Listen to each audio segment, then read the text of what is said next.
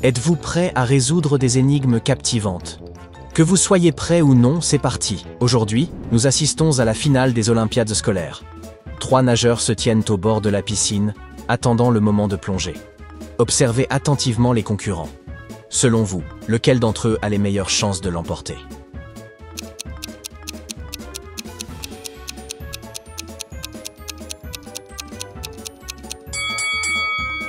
Le premier concurrent a des cernes sous les yeux, signe de fatigue. Cela risque de nuire à sa performance. Le troisième concurrent, quant à lui, ne porte pas le bonnet de bain approprié, ce qui pourrait l'entraver. Le nageur au centre semble donc avoir les meilleures chances. 3 femmes effectuent leurs exercices de yoga habituels dans un parc. Elles semblent inoffensives, mais l'une d'entre elles a récemment réussi à s'évader de prison et constitue une menace sérieuse. Serez-vous capable de la démasquer?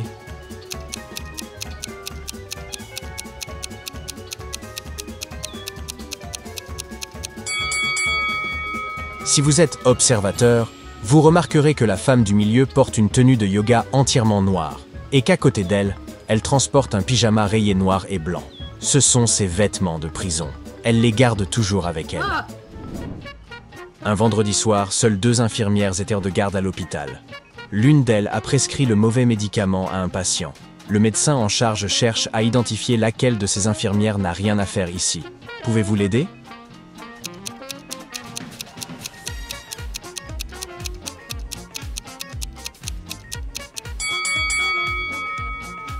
L'infirmière blonde semble innocente, mais il y a quelque chose de suspect chez la brune. Son uniforme n'est pas l'air officiel. Sur son badge, elle arbore une étoile rouge, tandis que le symbole officiel des soignants est une croix. Mike et Bob sont joueurs de tennis professionnels. C'est leur dernier match. Celui qui l'emporte repartira avec le trophée. Et l'un d'eux perdra forcément. Parviendrez-vous à deviner lequel?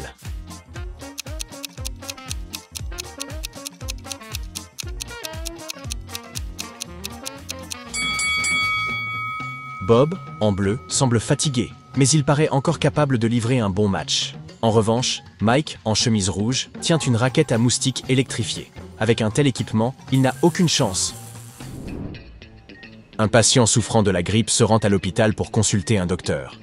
3 médecins sont disponibles pour l'examiner. Pourtant, l'un d'eux semble douteux. Pouvez-vous identifier le faux médecin?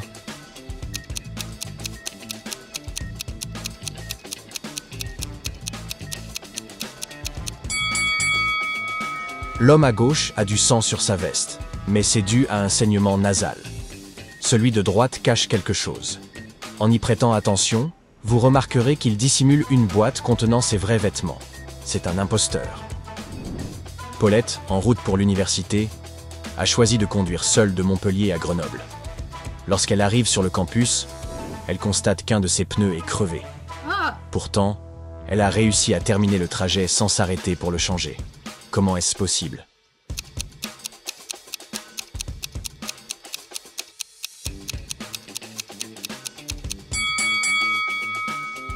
C'est parce que le pneu crevé était en fait son pneu de secours.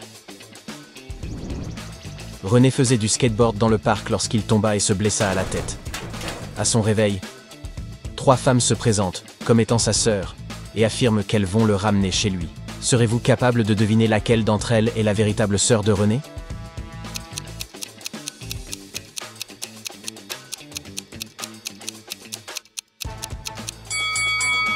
Pour commencer, René est roux, et il n'y a qu'une seule rousse parmi les 3. Les autres sont blondes. De plus, tous 2 portent un bracelet marqué « Duval », ce qui doit être leur nom de famille. Sarah et David sont en retard pour le travail. Ils ont quitté leur domicile précipitamment pour attraper leur bus. Pourtant, l'un d'eux n'y parviendra certainement pas. En regardant cette image, pouvez-vous deviner lequel?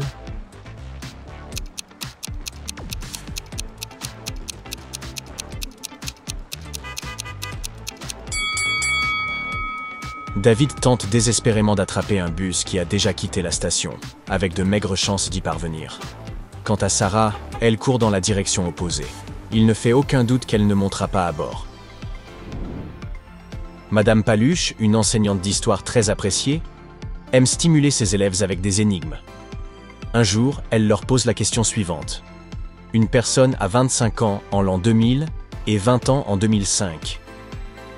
Comment cela est-il possible? Le savez-vous?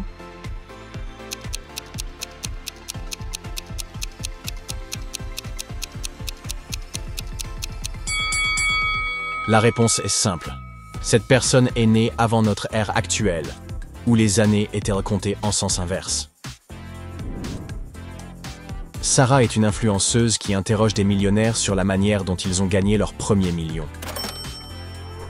Alors qu'elle prend un train à Paris en quête d'un nouvel entretien, elle se retrouve dans une cabine où 3 passagers semblent riches. Pourtant, l'un d'eux ne l'est pas réellement. Pouvez-vous deviner lequel?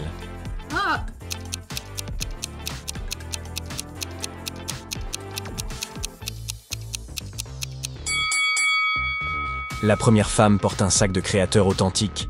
L'homme plus âgé arbore un costume visiblement coûteux.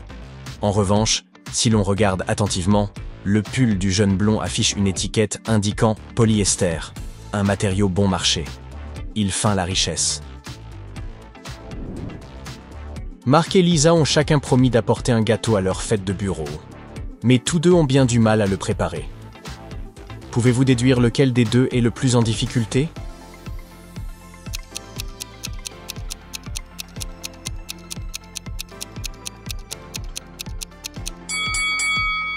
Marc peine à mélanger les ingrédients faute de mixeur. Lisa, elle, fait face à un problème bien plus sérieux. Son four refuse de s'allumer. Si Marc peut encore se débrouiller avec une cuillère, Lisa ne peut tout simplement pas cuire son gâteau. Rebecca et Emily sont en première année à l'université, et elles doivent relever un défi pour intégrer un club très sélectif. Il leur faut cueillir 25 pommes rouges, 47 vertes et 3 jaunes dans un immense verger. Qui fait le pire travail?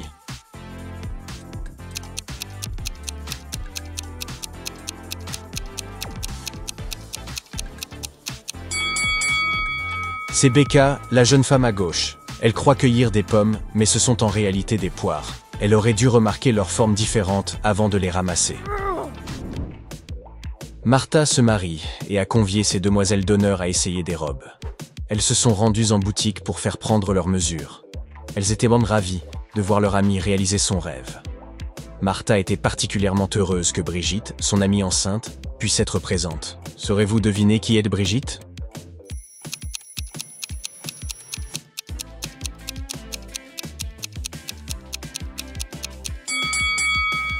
C'est la femme qui mange de la tarte, bien sûr.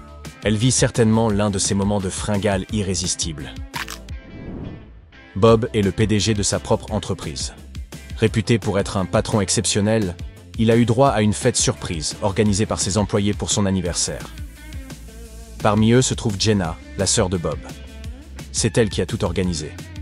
En observant l'image, pouvez-vous deviner qui est Jenna?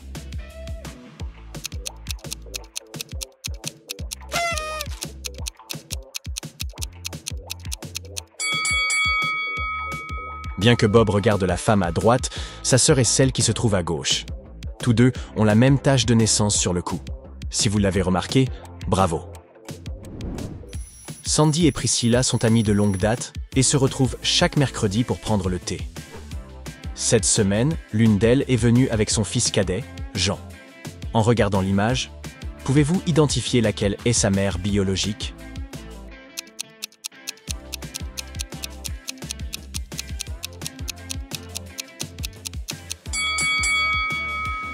C'est Sandy, la femme de gauche. Elle a la même couleur de cheveux que Jean. De plus, elle porte un collier avec la lettre J dessus. Lors du mariage de Paula, l'excitation était à son comble. L'une des demoiselles d'honneur venait d'attraper le bouquet et partageait joyeusement ce moment avec les autres. En regardant bien, pouvez-vous deviner qui a attrapé le bouquet?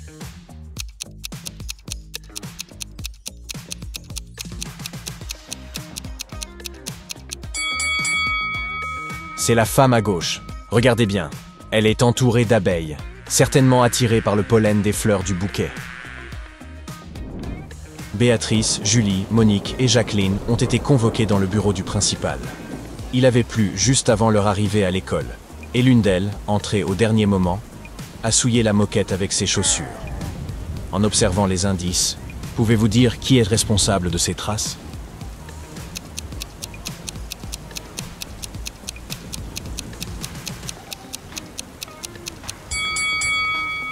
C'est Monique, la deuxième fille.